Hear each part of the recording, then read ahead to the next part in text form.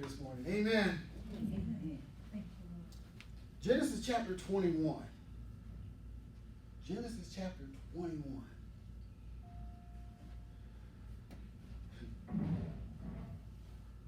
The birth of Isaac. 25 years in the making. Actually, 100 years in the making. Or actually, from Genesis 1 all the way up till now, in the making.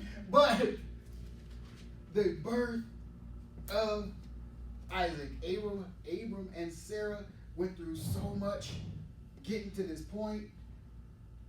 They became Abraham and Sarah. Abram and Sarai. They became Abraham and Sarah. You know, at God's speaking. They've been through so much. They went through the Ishmael Chronicle, if you will. Now, God says, the promise comes to fruition. The seed now is come. Genesis chapter 21. I'm going to read verses 1 through 8 real quick. It says, and the Lord visited Sarah as he had said, fulfilling another promise. And the Lord did unto Sarah as he had spoken. For Sarah conceived and bare Abraham a son in his old age, at the set time of which God had spoken to him. So when God speaks it, it's going to happen. Yes. When God speaks it. We're 2 verses in, and it already says that the Lord visited Sarah as he had said. Yes. And he did unto Sarah as he had spoken, as he had said. And for Sarah conceived and bare Abraham a son in his old age at the set time of which God had spoken to him. So we need to get it in our heads that if God said it, it's going to happen. Yes. No matter what the enemy says or does or tries to make it look like, seem like, or feel like, if God said it, it's going to happen. Yes. If God said it, it's going to happen. You better start acting like it. Yes. You better start acting like it. Remember? And Abraham called the name of his son that was born unto him, whom Sarah bare to him, Isaac. Called him Isaac. And that's a beautiful thing. And Abraham circumcised his son Isaac, being 8 days old, as God commanded him. And Abraham was 100 years old when his son Isaac was born unto him. And Sarah said, God hath made me to laugh, so that all will hear and laugh with me. Look at Sarah's declaration here. God has made me to laugh, so that all will hear and they will laugh with me. What happened last time Sarah was laughing? She denied it. Yeah. I wouldn't. Okay. God said, yeah, you did. He just finished it. There was no argument. There was no back and forth. Yeah, you did. Yeah, you did. But what he was saying is, this is not the last time. The next time you laugh. The next time you laugh. Yeah. There will be no denying. Yeah. In fact, the next time you laugh, your declaration will be that everybody will be laughing with you. Yeah. You won't be trying to hide it. You won't be trying to deny it. But the next time I hear you laugh like that, the next time I hear you laugh, it's going to be a laughter of joy. Yeah. It's going to be, and you'll be declaring, not denying. Yeah.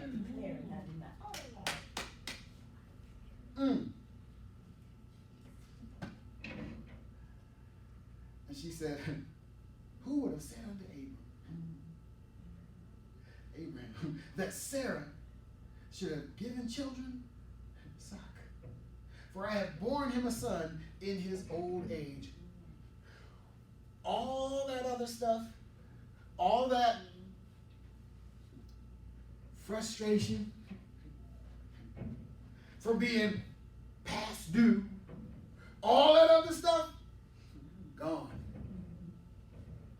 To be remembered no more. Because the promise is here. When the promise comes, when the promise shows up, all that other stuff washed away. All that other stuff forgotten. What do they say? Mind blown.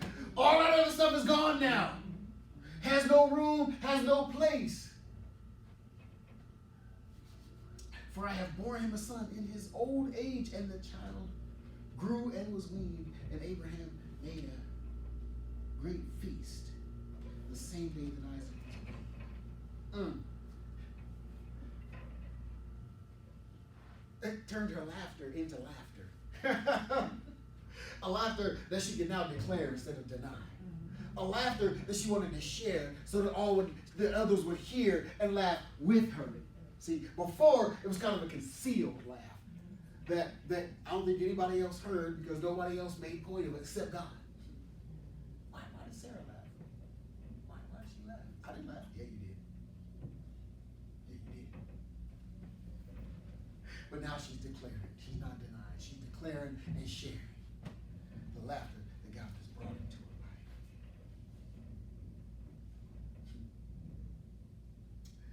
And in verses 9 through 21, we have, because we talk about Abraham celebrating the day Isaac was weaned. That was a certain age that was, and Abraham chose to celebrate with a great feast. And quickly, verse 9 says, and Sarah saw the son of Hagar the Egyptian, which she had borne unto Abraham, mocking. He was mocking. And see, Sarah observed it, and it had significance. It had significance because it was really no surprise to us as we read. It's no surprise because we know what the angel told Hagar about Ishmael. In chapter 16, in verse 12, it said, he will grow up, and his hand will be against every man, and every man would be against him. So he's gonna be one of conflict.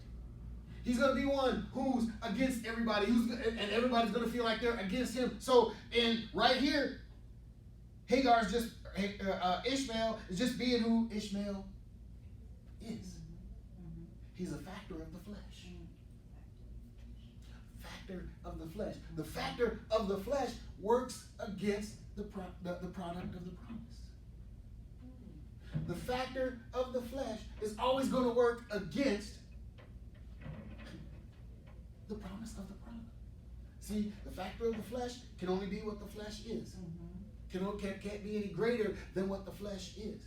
See, but the product of the promise is the spiritual. So the flesh is always going to work against the spiritual. Always. Because that's simply what the flesh does.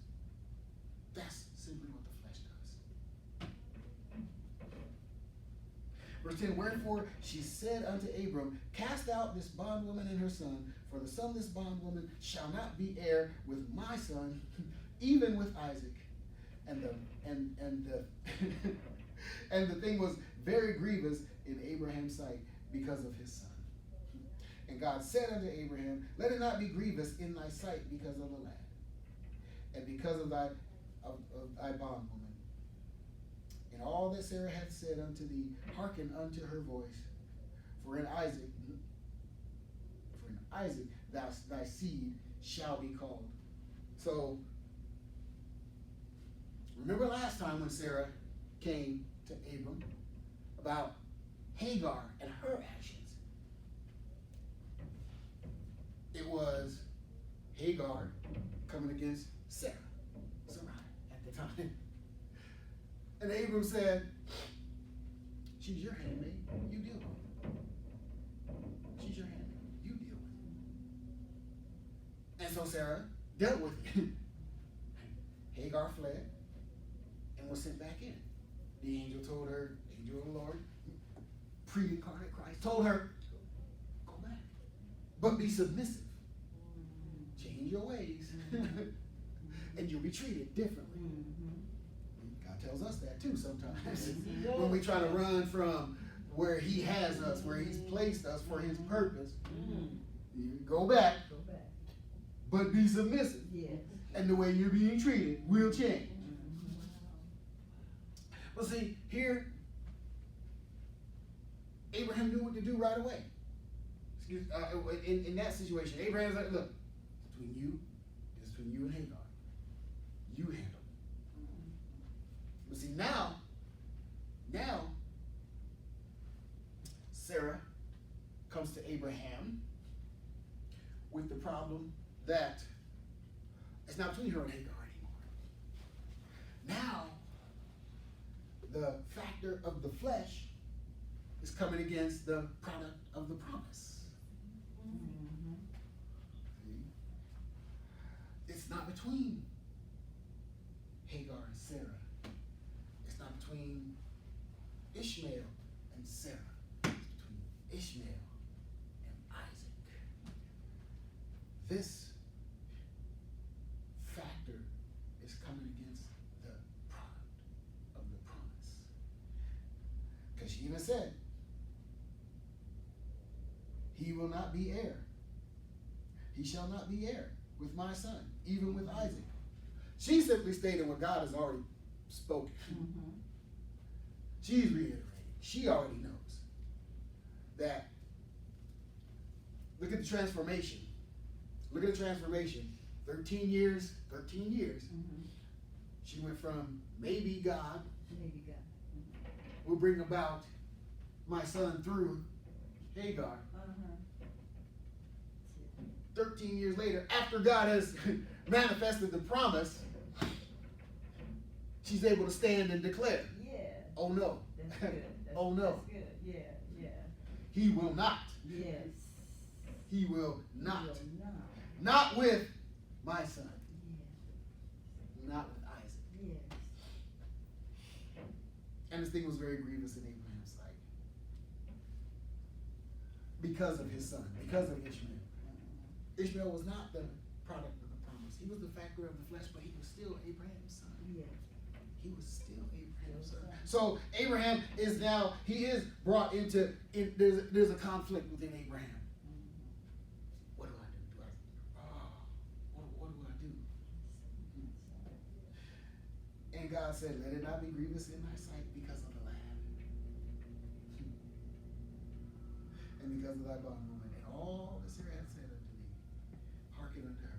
For in Isaac shall thy seed be called. God intervenes in this one. He didn't have to in the last one because Abraham already knew how to handle it. Look, Sarah, you deal with this. It's between you and her, you deal with this. But now this is generational. Now this is the next generation coming up. After the flesh is coming against the spirit of the seed.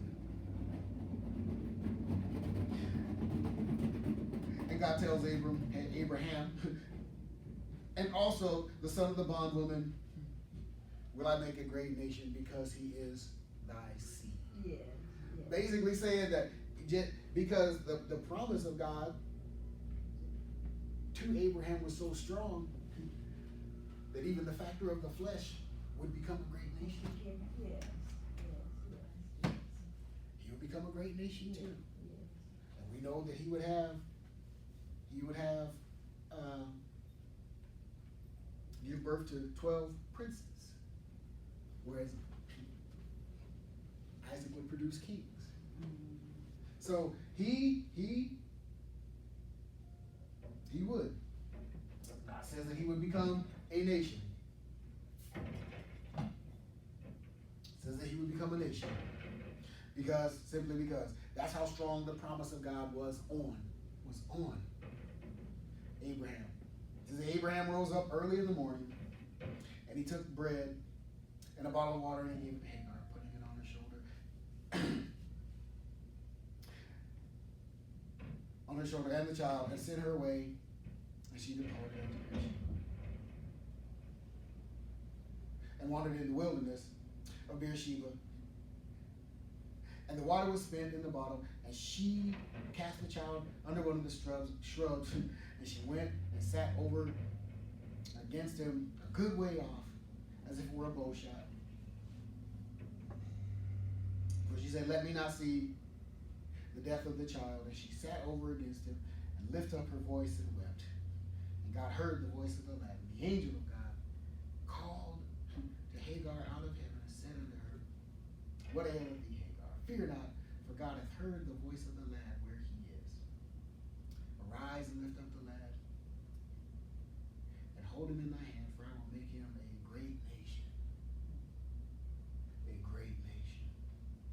And God opened her eyes, and she saw a well of water, and she went and filled the bottle with water, and gave the lad drink. And God was with the lad, and he grew, and he dwelt in the wilderness, and became an archer. And he dwelt in the wilderness of Paran, and his mother took him a wife out of the land of Egypt. So he had to go. Because he began, I won't say began, but it was manifested now against Isaac. Now it was manifested against Isaac. His characteristic, his character, as what had already been prophesied and spoken over him when he began to manifest it now against the product of the promise. When the flesh began working directly against the spirit, he had to go. But in going out, he had to, because he was still produced by Abraham, he would become a nation. He would become a great nation. I will make him a great nation. So that's how powerful God's promise is. That's why we have to be careful. When God speaks a promise over us, if we don't work hard to manifest it in the way that God brought it about, what we can produce will also come under the power of that promise. Because as Ishmael became who he would become, he contends to this very day against the descendants of Isaac. So we just have to be careful. God's going to work. Romans 8 and 28. Yes. It's going to work. It's going to work for good. It's going to work for kingdom good. Yeah. But that does not absolve us of our responsibility to be careful. Yes, yes. To take caution in our decision making. We're not going to have to beat ourselves up. We don't have to, just totally dog ourselves out, because the enemy's he's gonna take his shots at us. We don't have to do his job for him.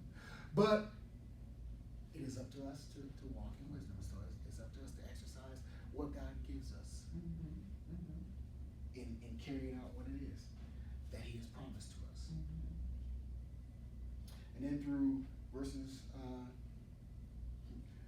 22 through the end is Abimelech and Phicol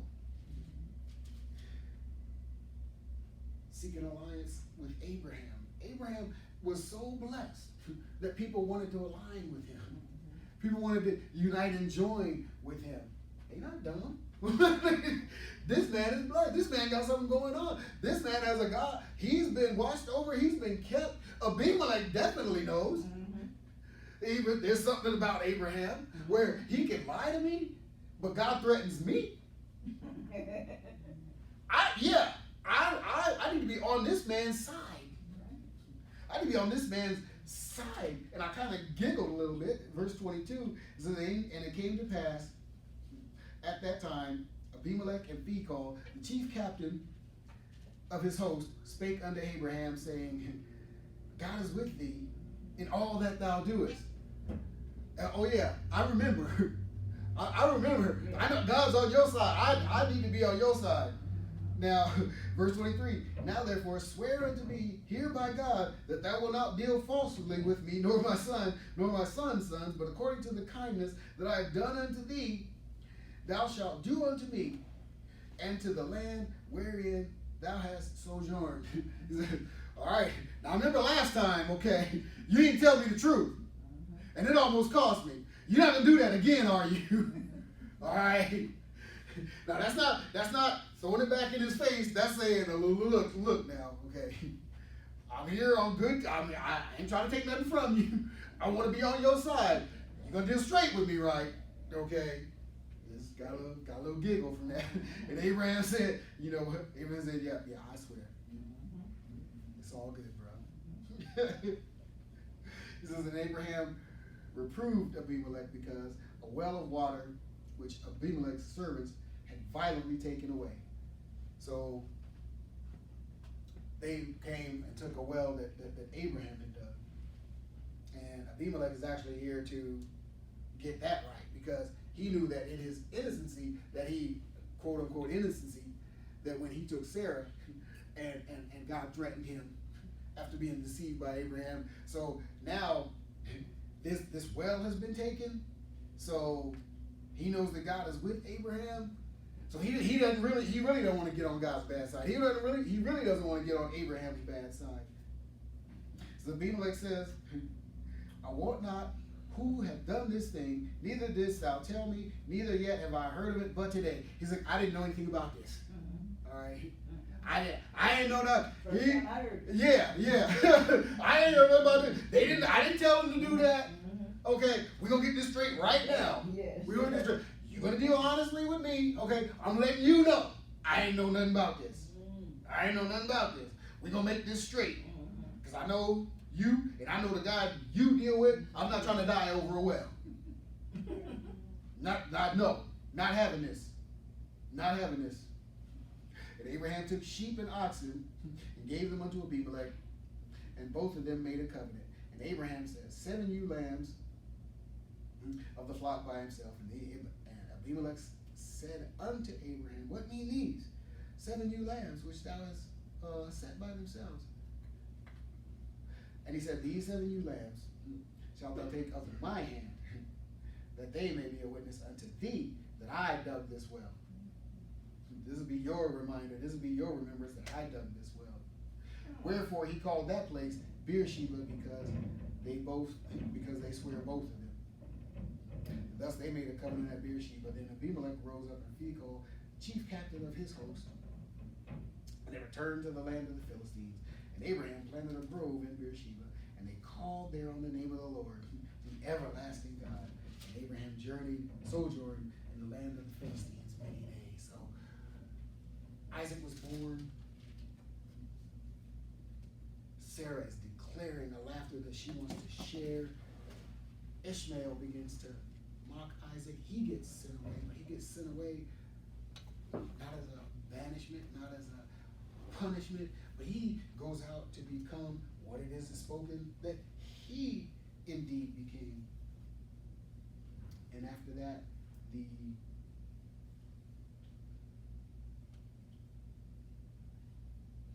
Abimelech goes to make right with Abraham about the well, and making a covenant, making sure his relationship is right with Abraham. And Abraham is being sojourning in the land.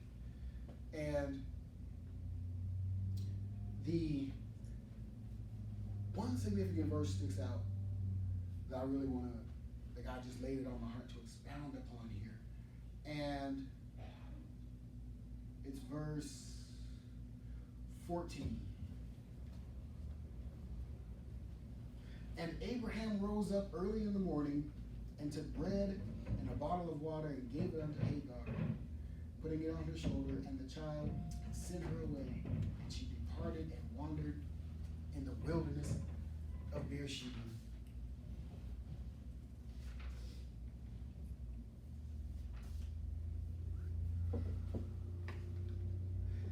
Abraham gave Hagar and the child bread and water. Bread and water. Significance of bread and water. In today's connotation, it's present food. You get bread and water, and that's all you get. But it has more of a significance here. Bread and water. Jesus Jesus is also known as the living water. So Abraham, out of his relationship with God, out of just simply being who he was, because God's promise was so heavy upon him, and it's not even alluded to in any way here that Abraham knew or associated the fact that he was anointed with the promise so strongly that Ishmael too would receive. But God spoke it. But because God spoke it, he knew. But he didn't surmise that the promise of Isaac is so strong upon me that Ishmael will become a great nation also. He didn't surmise that on his own. God let him know that in verse 13. And also, also of the son of the bondwoman will I make a nation, because he is thy seed. And so, by their association with Abraham,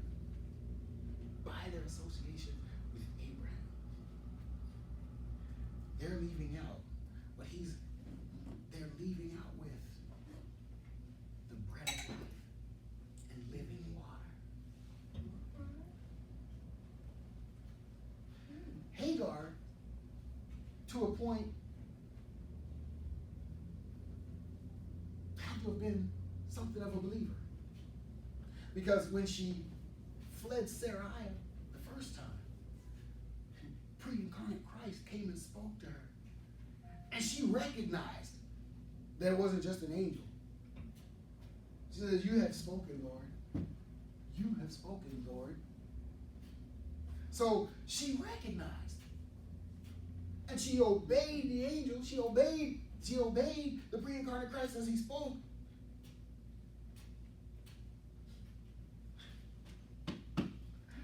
Pre-incarnate Christ came and spoke Deuteronomy 28 to her. All right. If you obey and submit, you'll be blessed by being treated better. So she, even as she came out, even as they sent out, verse 16, and she went and sat her down over against him a good way away, as if it were a bow shot. Said, let me not see the death of the child, as she sat over against. It said, and God heard the voice of the angel, and the angel of God spoke to her and said, so she's again hearing from God. She's again hearing from God. And he's speaking to her. He's speaking promise to her.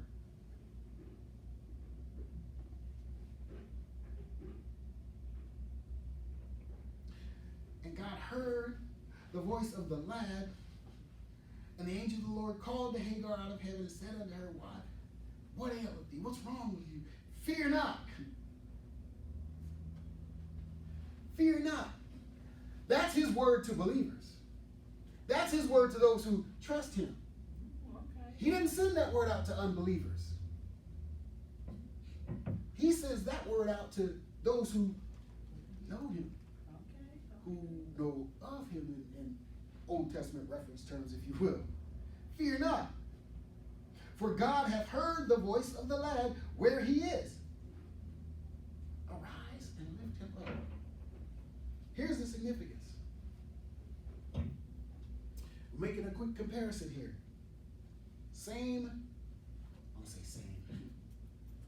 Abram, as he was returning from the battle with the nations, the armies of the four cities who had overcome the armies of the Pentapolis of Sodom and Gomorrah. And he comes back, and he's met by Melchizedek. And Melchizedek presents Abram with bread and wine. Bread and wine. Abram Abraham gives Hagar and Ishmael bread and water. Gives her a bottle of water. And the water ran out. Melchizedek gave Abram bread and wine. Abram is a prophet.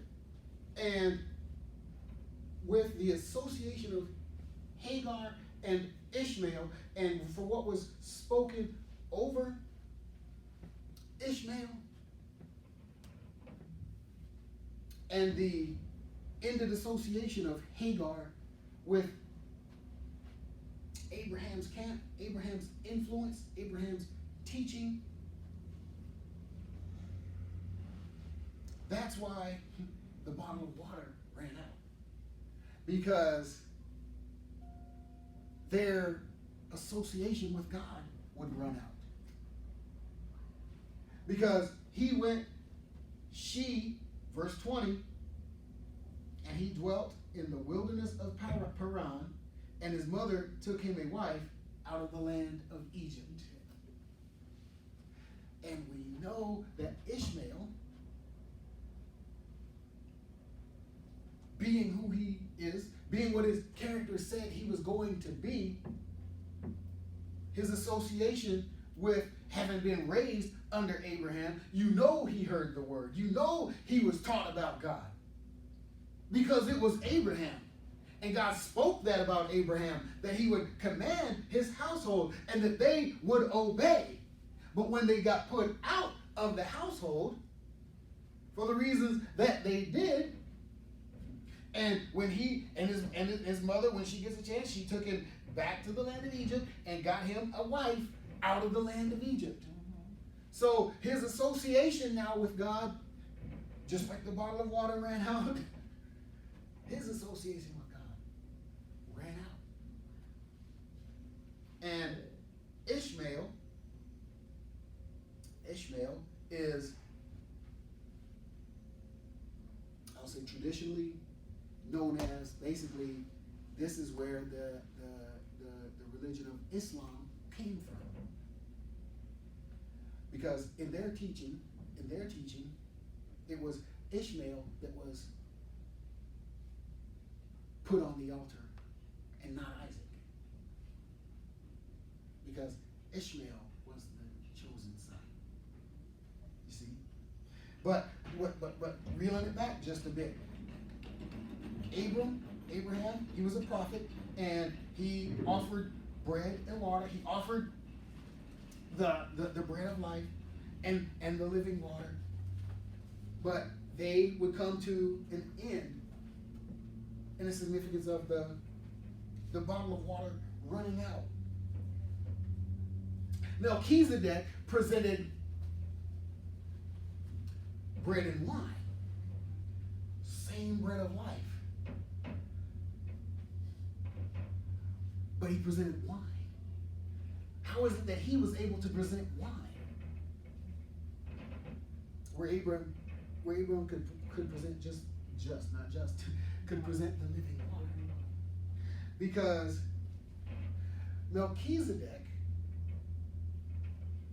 was the order of priesthood that Christ would come from. Melchizedek was the order of priesthood that Christ would come from. And he could present the wine because he represented Christ.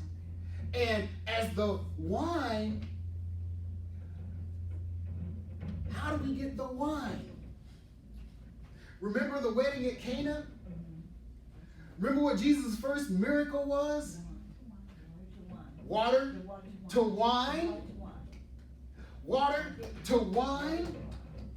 The six vessels that the water was poured into, 6 being the number of man, Christ poured into man, Christ coming down from heaven, being put in a man's body, and he was what? Crushed. What do you do with grapes? You crush them. What does a crushed grape produce? Wine. So Melchizedek, Mhm. who is the order of priesthood where Christ would come from, Okay. could present Mhm. wine. Mhm. Water miraculously transformed into wine Yes. through the crushing. It was a crushing. You see, Yes. Okay. so bread and water versus bread and wine. That's why Melchizedek could present that. It was presented to Abraham. But Abraham, he could only present that. The living water. The water to Ishmael. So the water, which would become the wine, he had a limited access to it because of who he would become. Because of the character of, because he was produced by flesh. He was produced by an act of the flesh that was contrary to the product of the promise, which was operating in the spirit realm. That's deep. And it's so fitting simply because in the spirit realm, Sarai was past due in her mind. She was pregnant, full with the promise. But in the physical, in the flesh, no evidence. None. Okay. So by the act of the flesh, produces the factor of the flesh that would work continually against the promise. Works against the promise. The acts of the flesh worked against the acts of the spirit, promise of the product of the promise. Continually working against one another. Same conflict that goes on inside of us to this very day. The flesh works against the spirit.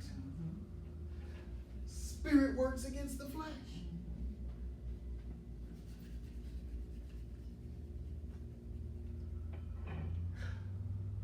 But God has poured into us the new wine. The new wine, which was the water poured into the vessels, miraculously transformed to produce the wine. The wine is produced by the crushing. So Abraham, having received that from Melchizedek, having received it, and blessing him for presenting it. But as Ishmael and Hagar are sent out because he's working against the flesh.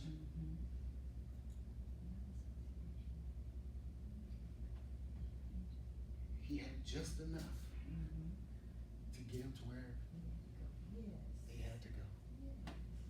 Because when the bottle of water ran out, God spoke. And he spoke, opened her eyes. And what was there? A well. A well of water. She saw a well of water. And it's no coincidence that later on in the chapter that Abimelech is going to make right with Abraham about a well. A well that was misappropriated, and they had to reestablish ownership. But again, with Hagar and Ishmael, she had to draw from the well to get enough to get to where they were going. When they got where they were going, that's where the association ended. That's where the association ended.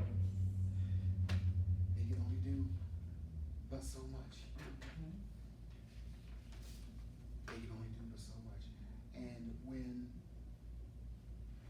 because it was tenuous throughout the whole time. Okay, you had Hagar again in the palace of the Pharaoh, working there, having all those. She was a servant there, but being a servant in the palace of the Pharaoh was better than being a worker in the field somewhere.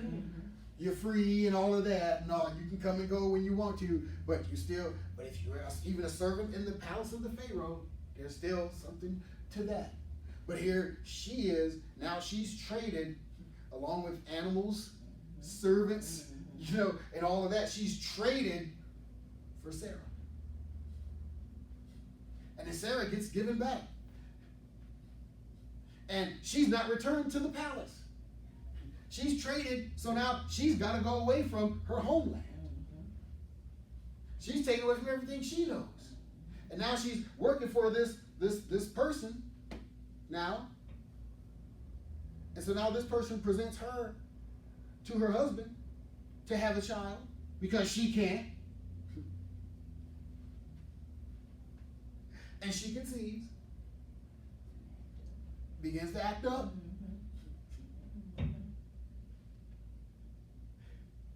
It gets mistreated, tries to run, gets sent back in, change your attitude, straighten it up, and get back in there. So she goes back, has her child, and no reports of malfeasance, no malicious feelings or anything up until that point. Then Sarah conceives. Sarah has Isaac. The product of the promise shows up.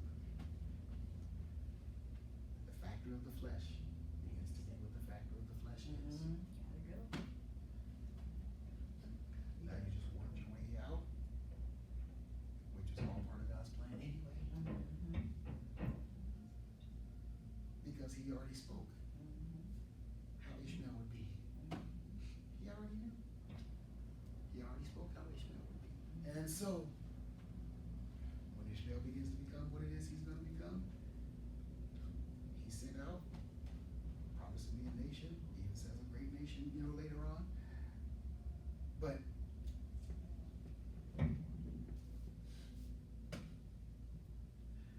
even coming out from under Abraham's protection, coming out of his camp, the blessing, the covering,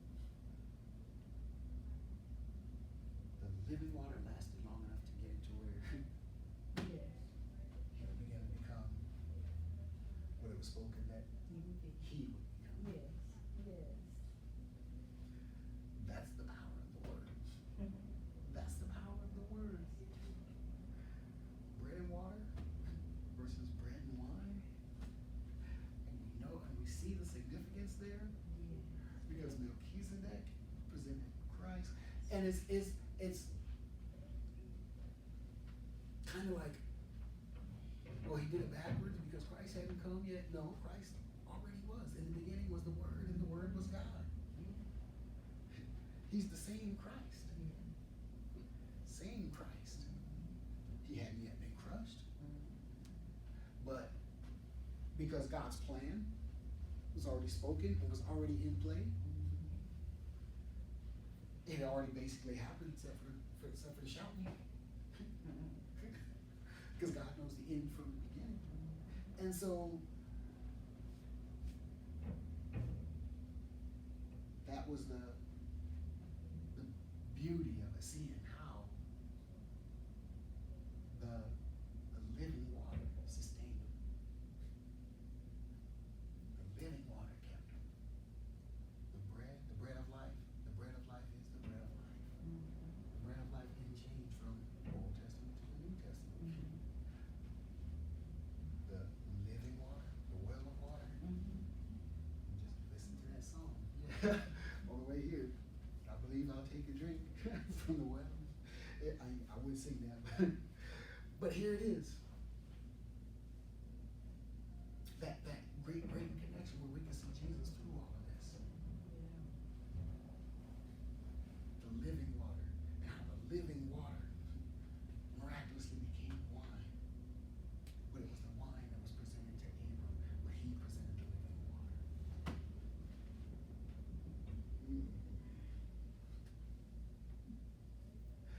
He's an awesome God.